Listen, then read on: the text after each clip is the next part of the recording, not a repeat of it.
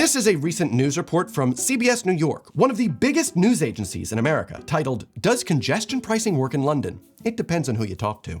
Yeah, you know what? I guess it does depend on who you talk to, which is why CBS wanted their American audience to see them talk to a wide array of people to get a lot of different perspectives, from professional taxi drivers, people driving in cars, and a professional bus driver. Don't worry though, they did talk to one pedestrian who gave them the exact soundbite they needed for the folks at home to understand the right messaging that their donors paid for. Yeah, there's traffic jams and then it takes much more longer to get to my place. Congestion charge bad. Huh, so maybe the congestion charge somehow causes more congestion. Who would have thought? I definitely wouldn't have. I guess if you go off what the American news is telling us, outside of one bloke they filmed on the tube saying, "After driving all my life, I can't drive anymore. To be honest, I don't miss it at all." It looks like the congestion charge in London hasn't really worked, so I guess New York shouldn't have one after all. Thanks, American news media. Here's the kicker though. Every credible study shows the opposite of what CBS implies with their journalism. The majority of Londoners support the congestion charge, and it's cut traffic, and it's improved air quality, and it's reduced accidents with some unexpected bonuses we'll explain later in the video. But even weirder still, the majority of Londoners, get this, also approve of a full pedestrianization of London. That's not the messaging I picked up from this video. Did you? CBS probably doesn't want Americans to know that in 2008, the US-based Institute for Transportation and Development Policy gave the mayor of London, Ken Livingstone, who enacted this congestion charge, their greatest award and referred to London as a, quote, model for the world for delivering a 21% fall in traffic thanks to the congestion charge. But does the congestion pricing work in London? It depends on who you talk to. Just make sure you don't talk to anyone who, knows the stats. People decide, okay, I'm going to pay, and the traffic goes up anyway. And there we are. Yeah, it's an argument both ways. And that's where I come in. I guess my degree in statistics wasn't a waste after all. My name is Evan Ettinger, and I grew up in South Jersey, where if you don't own a car, you pretty much can't participate in society. But then I moved to London 13 years ago, and I have not owned a car since. And this has completely changed how I see cities. I've seen both ends of the spectrum here. New Yorkers and people from my home state are furious about the recent congestion charge of $9 that's just been introduced in Manhattan. And I've seen so many wild opinions going around, including those from the American media, hoping to somehow treat London's big win as a big loss, that it's about time that I clear some things up. The truth is far more interesting, and by the end of this video, you'll see why what worked in London could change everything in New York, if they play their cards right.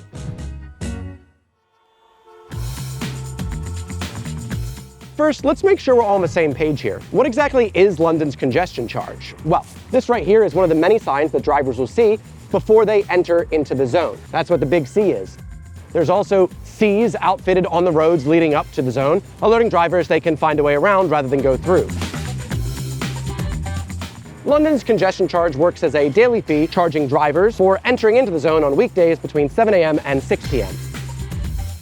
Every entry and exit point into the zone is outfitted with one of about 200 automatic number plate recognition cameras that snap a picture of every license plate entering and exiting the zone. It then checks in a database to see if an account exists for that number plate. If it does, the charge is taken out, which at time of filming is £15. If it doesn't, and the fine is not paid within 24 hours, the database sends a letter to wherever that vehicle is registered to pay a larger fine. The idea is meant to discourage unnecessary driving, reduce traffic, and improve air quality. But if you're an American, you might not understand what unnecessary driving means. Well, here's an example. Let's say you're here in Whitechapel, where I am, and you want to take a trip to the Royal Albert Hall in West London. The easiest way of doing that would be just take the district line. It's pretty much a straight shot. It does involve a little bit of walking, dearie me, but that's the most convenient method. But let's just say you want to drive. You're not stopping in the city, you're just using it to get somewhere else. Well, the congestion charge is meant to discourage you from going through the city, adding unnecessary congestion, and instead maybe go around. But no matter which option you choose, public transit is both cheaper and more efficient. And on top of that, cycling is free and even faster than that. So in London, you just have so many ways to get around that a lot of times driving through the city is unnecessary. So now that you know how it works, let's talk about how it has worked. What really happened to traffic in London? As someone who has benefited from London's system, i.e., I can breathe in fresh air. I might be biased here, but let's look at the numbers objectively. Just like New York at the implementation of London's congestion charge, there were a lot of people that were doubtful it would have any meaningful impact. However, a study done by TfL the year the charge went through found that the majority of these people with negative opinions of the scheme felt they had not actually been affected to any great extent. End quote. They felt the scheme had been more successful than they had expected in reducing traffic congestion and that their journeys had become more reliable. A more detailed look into the data shows the same thing. In the first year of the charge's implementation, TfL observed an overall reduction of between 65 and 70,000 car movements crossing into the congestion charge zone during charging hours compared with the previous year. Most car users who stopped using the car after it was introduced switched to another mode of transit, as you can see here. Between 60 and 70%. Of these former car drivers, it is estimated that 40% have transferred to bus, up to around 50% to underground or rail, while 10 to 20% transferred to walking, cycling, or other modes of transit. Now, there are some negative impacts I want to discuss later in this video, but let's clear one thing up, like the air.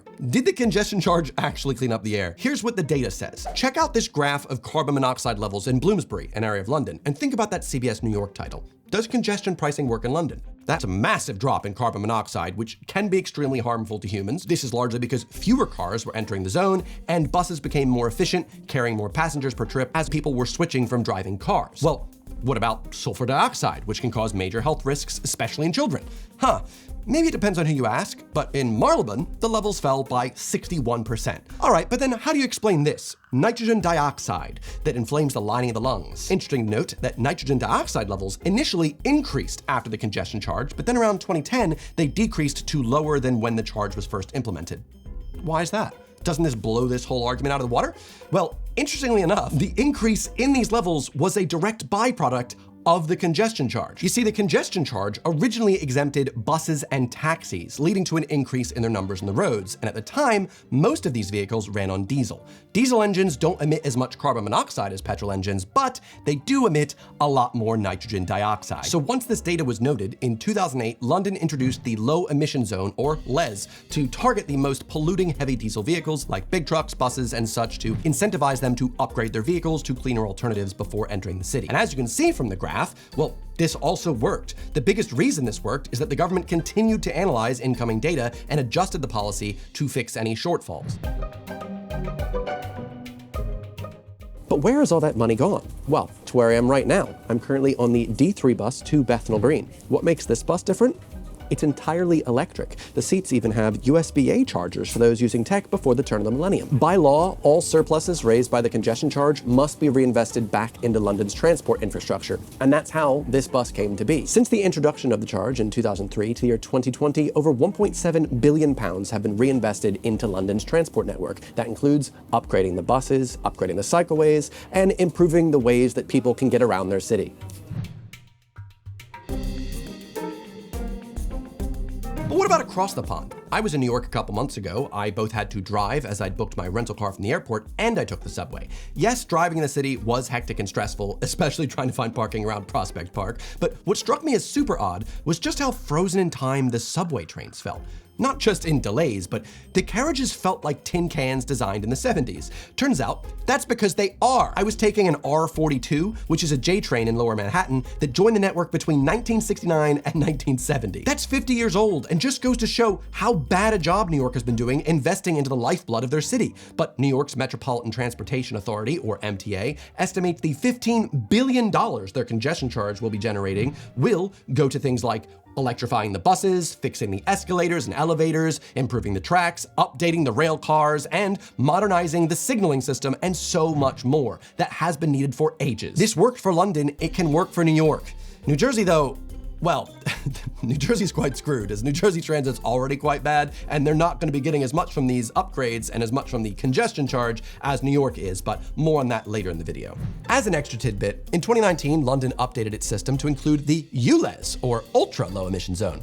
Basically, the ULEZ is an additional charge aimed at reducing pollution even further by targeting vehicles that don't meet more stringent emissions standards. While the congestion charge was designed to tackle traffic volume, the ULEZ focuses specifically on air quality in a much, much wider area of London, seen here.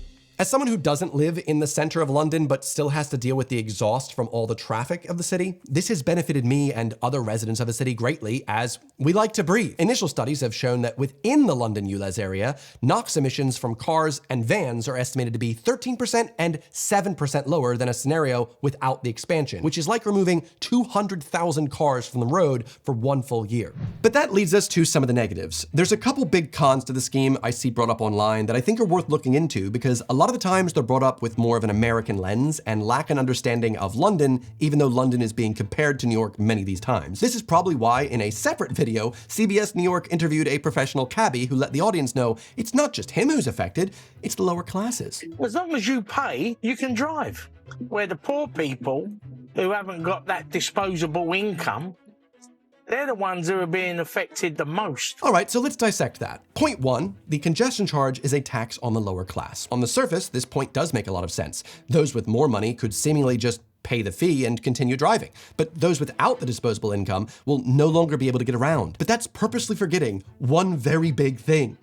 Owning a car in London is a luxury, and an expensive one at that. Why do you think I've never owned a car in the city? It's just not needed. The lower classes of the city are the largest group on average that do not own a car. 78% of households earning less than £10,000 a year don't own a car, and 64% of households earning between 10 and 20K a year also don't own a car. London's public transit is good enough to not need a car. I've lived in so many different areas of London at this point in my life, and not any point have I ever gone, a car would really save me during this commute.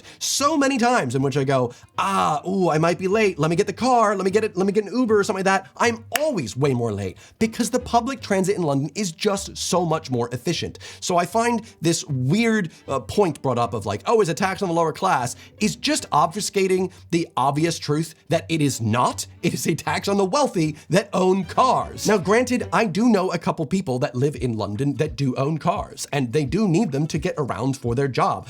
My friend Ellie, she works in film, and she has a lot of film kit that she needs to ferry back and forth with her car. However, that's just an expense of her specific job. It shouldn't be that all of us have to suffer because Ellie needs to drive in and around London. Sorry, Ellie, throwing you under the hopefully eco-friendly bus. It's so strange, it just comes off as if I'm extra #woke, and it's more just #I like breathing and not hearing cars. The rest of us that live in the city shouldn't have to suffer the noise, the exhaust, the space that cars take up just because your job requires it. That job hopefully pays enough to supplement that. Otherwise, guess what? We've got good public transit. Just take that. Point two, the second big con that's discussed coincidentally was also pitched by CBS New York. The congestion charge will negatively impact business. So the journalist went to interview a business owner. We met Simon Thomas, chair of the Hippodrome Casino. He's the owner of a casino in central London who moans that thanks to the congestion charge, he had to pay more for deliveries, assumably of his trucks full of money. All of the delivery drivers, handymen that come in, workers, they just add the charge to their bills. I'm sure we all could relate to this guy. He'll inevitably have to pass that cost on to the consumer of his casino. So, gambling addicts. Oh God, anyone else crying for this business owner? Wah, wah, wah. Wah, wah, wah, wah. Wah, wah, wah, wah, wah, Waluigi. It's upsettingly transparent how slanted this American news agency is against this. I feel like they had to try so hard to find anyone to say anything negative about a 24-year-old law at this point. How long is it? It's over 20 years old. Yeah, you guys are still upset about this law that was passed 20 years ago that has had so much data proving it's good. Yeah? Someone? Oh, a casino owner? Yeah, this is bad. Oh, you drive a car for a living? Oh, that's so frustrating for you that you have to pay more to drive your car, which inconveniences everyone else. Yeah, get mate. In reality though, out of all the studies that I've read to research for this video, not one study has found any conclusive evidence to show that the congestion charge caused an overall negative impact on local businesses through a decrease in footfall to retail stores. Where I grew up, you had to get into your car to drive from point A to point B to whatever strip mall you were visiting. And then you'd get back into your car to drive to the next parking lot over to visit a different shop because the walking infrastructure is non-existent or worse, hostile. I say worse because I'd rather it not exist so I drive than be hostile in that I'm just gonna die by getting hit by a car. I showed this clip in my video about the hidden aviation history behind my local Walmart, but this is a pedestrian crossing outside the Deptford Mall in South Jersey.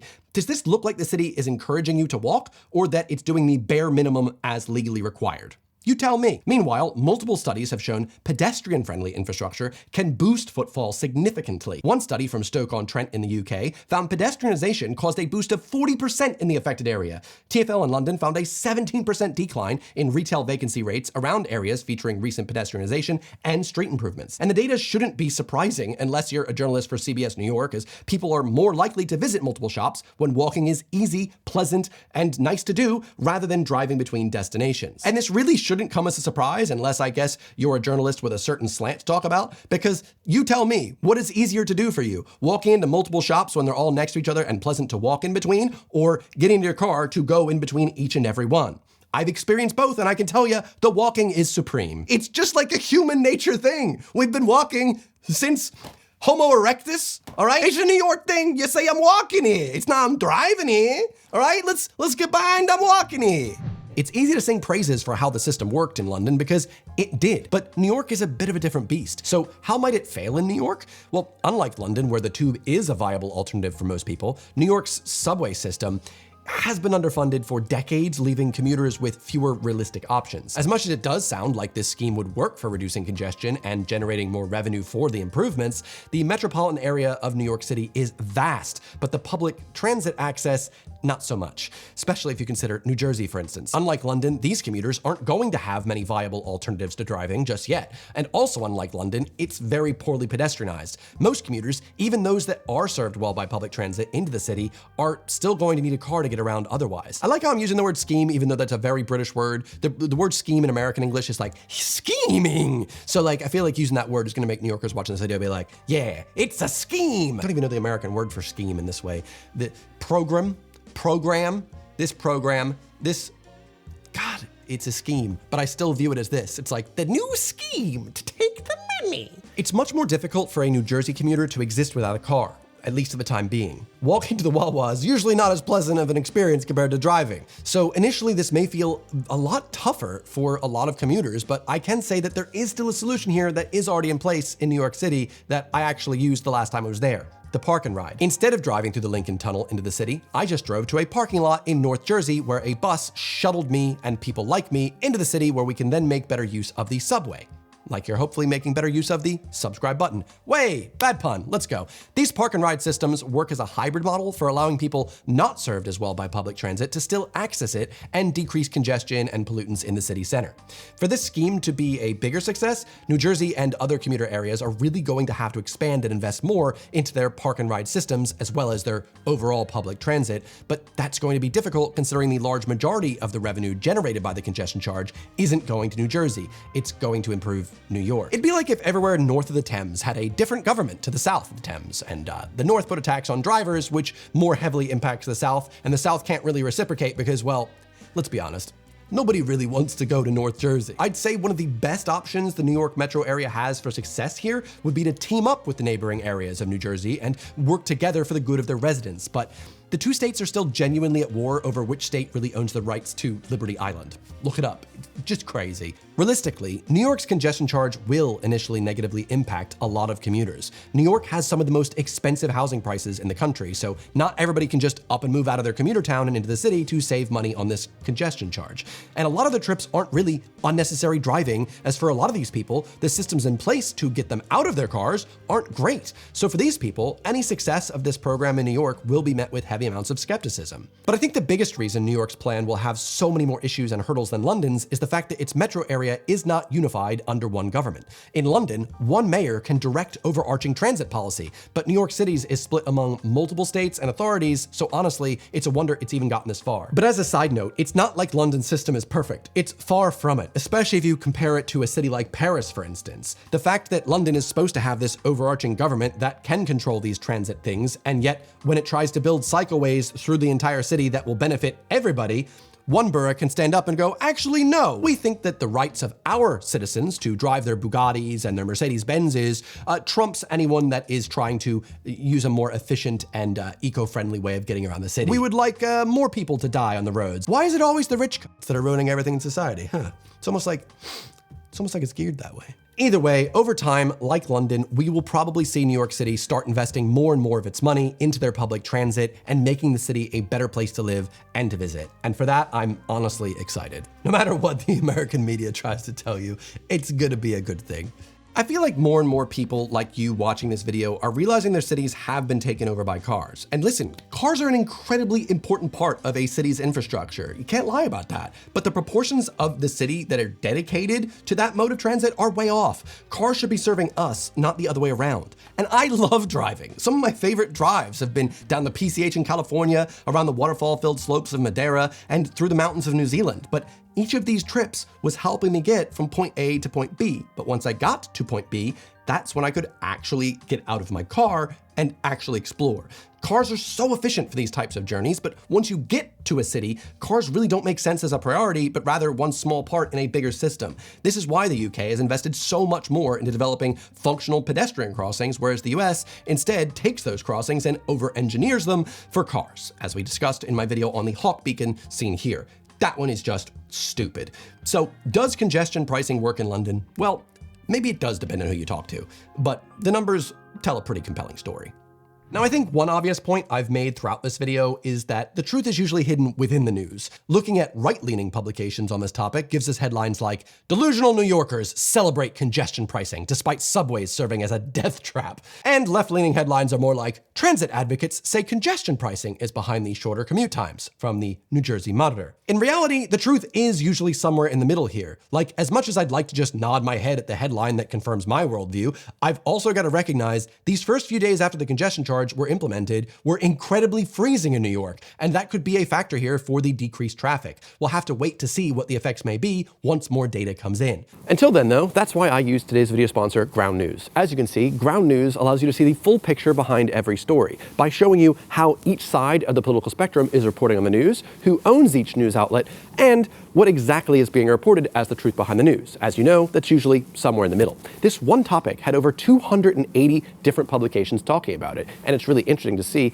where the bias for each of these publications lands and how factual each publication is. Listen, I've got a bias, we all do, but it's super powerful to have a better understanding of that bias, like by using Ground News' personal dashboard that tracks your reading habits over time to show you where your personal blind spots may be. So if you go to ground.news/Evan or click my link in the description, you can check out Ground News today, and if you subscribe through my link, you can get 40% off the same unlimited access Vantage plan that I use. It helps you have a more rounded opinion, and it supports an independent platform. So thanks to Ground News for sponsoring. Let me wrap this up. Thanks for taking the time to watch this one. Originally, this was just meant to be an interesting look into the congestion charge, but when I saw how the American media was portraying London's successful use of it, I got incensed. I just got over a really bad bit of norovirus. I actually still kind of have it, so hopefully my voice isn't too bad in this. You might not know what I'll upload next on my YouTube channel, but at least hopefully it'll be interesting with a few unnecessary puns in it. I'll make a playlist of my infrastructure type videos for now while I work on a few more. Anyway, I'll see you there. Goodbye.